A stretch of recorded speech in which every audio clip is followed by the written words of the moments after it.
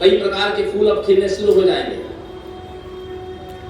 अब पतझड़ के साथ नए कोपले फूटेंगे, जंगल में आग की तरह पलाश के फूल खिलने लग जाएंगे। ये प्रकृति की करवट है। ये ऋतु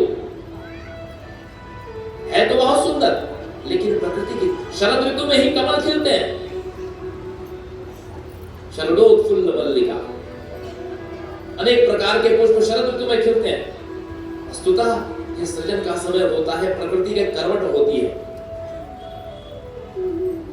तो जब प्रकाशन का विवेक नहीं रखते, इस प्रकार का आचरण इन दोनों ऋतुओं में ये लापरवाही नहीं चलेगी। इसमें व्रत करिए, उपवास करिए, ब्रह्मचर्य का पालन करिए, मौन धारण करिए, साधना करिए, अन्यथा आप रोगी हो जाएंगे अथवा मृत्यु को प्राप्त हो जाएंगे। बसंत शरद नामानो द्वारतो काल दर्शका। इसीलिए इन दोनों ऋतुओं में ये जो दो नवरात्र है, ये हमारी उपासना के पर्व बना दिए गए हैं, ताकि हम ये जो हम देवी के उपवास जो रहते हैं, ये देवी के लिए नहीं है, ये हमारे लिए, हम अपने लिए रह रहे हैं। फलाहार लेना, आश्विन के तो आश्विन महीने में तो दूध का सेवन न करें।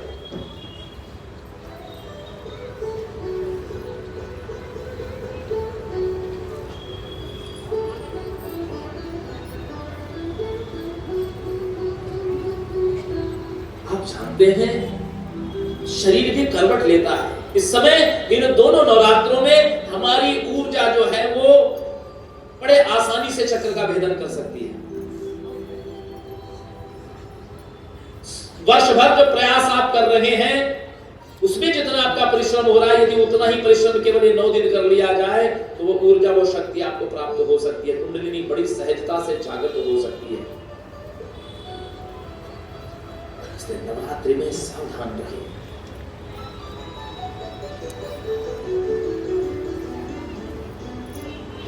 घर में मां की ज्योत जगाओ।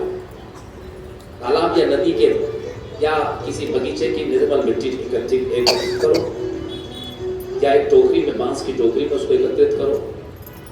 उसमें जौ के या गेहूं के जयंती बो दो, खेचरी जिसको कहते हैं, खेतरी या जवारे,